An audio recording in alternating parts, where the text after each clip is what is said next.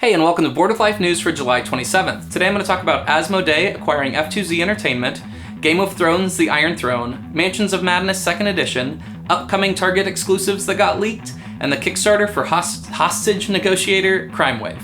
Let's get to it.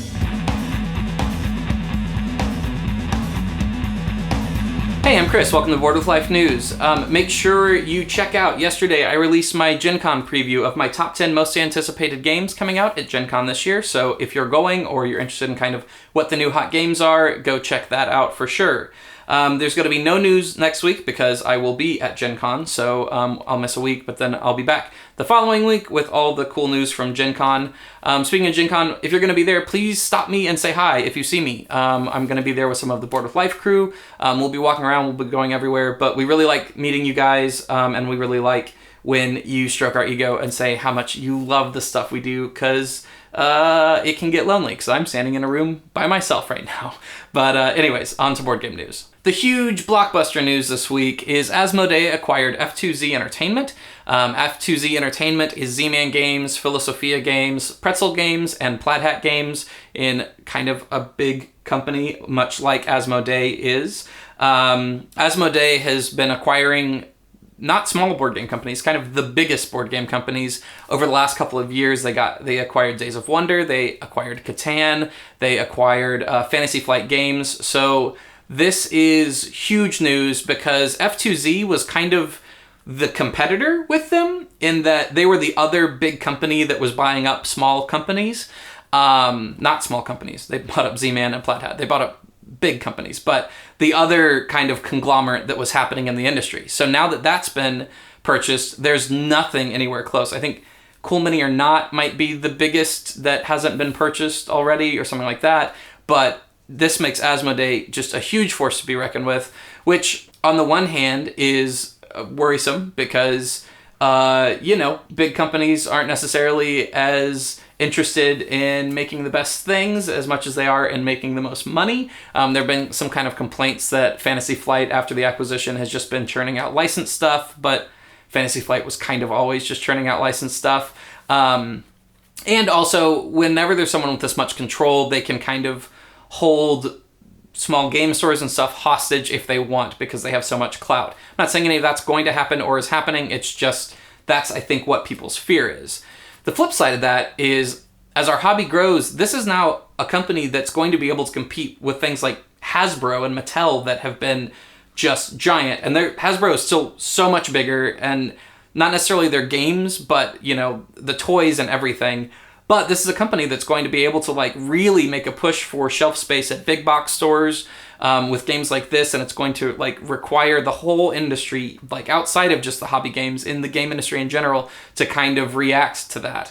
So I think ultimately it's still better for the industry as a whole. It's going to bring more people into the hobby. It's going to mean that they have a larger reach with their games, and there's still hundreds of small companies. Kickstarter's still a huge place where indie companies, small companies are able to get their start and get their games out there. So, but it was definitely crazy and unexpected news. Fantasy Flight Games announced Game of Thrones The Iron Throne. This is going to be a new game, but it's based on the mechanics of Cosmic Encounter. Cosmic Encounter is a very classic game that I absolutely love, that's really, really good. And so this isn't just going to be a reskin of it. It's going to include some new stuff that really pushes the thematic nature of Game of Thrones, where you have houses and you choose the leaders of the house, but then you also get the characters of members of that house that you use to play. And this is pretty exciting because Cosmic Encounter was a game all about negotiation and making treaties and alliances and backstabbing. So this really fits really well with the Game of Thrones theme. So I don't think it was a game that I needed, but it's certainly a game that I'm interested in because I like Game of Thrones and I like Cosmic Encounter. More Fantasy Flight news. Mansions of Madness announced that they will be making a second edition of that game. There's going to be a major change in that it's going to be guided by and require an app in order to play. This is going to mean that you no longer need to have the keeper, the person playing the keeper, so it's going to be a complete co-op game. So in original Mansions of Madness, you kind of had a person that was sort of like the dungeon master or whatever playing against everybody else. Now you're going to have the app, and then the rest of the game is going to be a full co-op. So that's pretty exciting. You are going to be able to use old Mansions of Madness stuff in with the new edition, but you are not going to be able to use new edition stuff in with the old stuff. Earlier this week, someone posted on Reddit a couple of photos that they had taken at a Target. Obviously Target, you know what Target stores are. I don't need to explain that. But it showed a couple of different games that are apparently going to be Target exclusives that weren't supposed to be on the shelves yet, but apparently there wasn't a clear embargo, so, you know, they went out, but I guess they've been pulled since then. But coming soon, there's going to be a new version of Machi Koro called Bright Lights Big City. It's not 100% clear whether or not this is an expansion to the base game or if this is a whole new game. It might be a standalone expansion, something like that, but it is the same box size as the original Machi Koro. There's going to be Ticket to Ride First Journey, which looks like a kid's version of Ticket to Ride, which Ticket to Ride's already a pretty simple game that kids can play, but this seems like an even younger version of that. There's someone mowing their lawn outside. I am sorry for the audio if you can hear that. But that seems to be following in the trend of like My First Stone Age and things like that. Like really making these introductory games for kids based off big popular games. And we're also getting Codenames After Dark, which basically is the adults-only version of Codenames that has naughty words that will make you snicker. I don't really care about this, but it is pretty smart of Codenames, where Codenames came out and people immediately started playing it with Dixit cards, and they immediately started playing it with Cards Against Humanity cards. So Codenames went like, cool, we'll just make those. So they have Codenames pictures coming out at Gen Con, and they have Codenames After Dark that seems to be the adult version that is a Target exclusive. The Kickstarter this week is for Hostage Negotiator Crime Wave. This is a standalone expansion to the popular solo game Hostage Negotiator that came out last year. It's going to include new conversation cards, new terror cards, new pivotal events, new abductors, and new demands. So all of that is going to be able to be combined with your old Hostage Negotiator game. It's also going to come, the new one will come in a larger box, so you can put all of the Hostage Negotiator stuff you already have in that box, so that's pretty cool and helpful. It is $35 right now on Kickstarter, so if that sounds interesting to you, go back it. All right, that's the news this week. Thanks so much for tuning in. Make sure you like and subscribe to this channel. Make sure you follow me on social media. I'm at Chris Bryan Games on Instagram and Twitter. Make sure you check out my top 10 games to get at Gen Con 2016 list. This week's question comes from @MeepleGuy, and he asks, with Gen Con coming up, how will you be splitting up your time between Board with Life stuff, being a new board game designer, and being just a fan of games?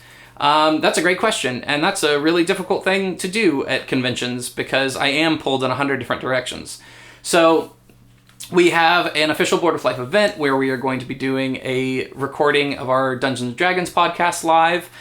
We have a screening because Board with Life is in the film festival competition there. And then we have a couple other things that we're doing on an official capacity, but we generally try to kind of maximize our time on the floor and meeting people and saying hi to fans because it's really our only chance to do that.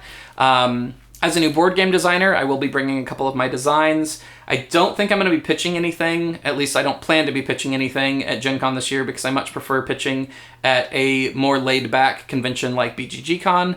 But I will have designs and I will be playing my prototypes, just playtesting, stuff like that. And I'm pretty excited about that because it's a great environment to do that in. I mainly try to just come at conventions as a fan of games where I want to see all the new stuff and I want to see all of my friends that I've met over the years in the board game hobby, and I want to be able to spend time with them and play games with them, stuff like that. Ultimately, I pay for conventions out of pocket. I'm not paid to go. I don't have any sort of salary that helps with that. So I have to mainly take that into account when it's like, I'm paying for this. This is kind of a vacation for me. I'm not going to work the whole time. So I really try to maximize my time playing games, meeting people, seeing friends, stuff like that. So that's how I'll be doing that. Make sure if you see me at the con, I know I say this all the time, but whenever people come up to me at cons, they always are apologetic and act like they're bothering me. So I want to say it more and more. You're not bothering me. I love hearing from you. I love meeting you. So if you see me, make sure to come up and say hi, and that would be great. All right, thanks so much for tuning in this week, and I will see you in 2 weeks.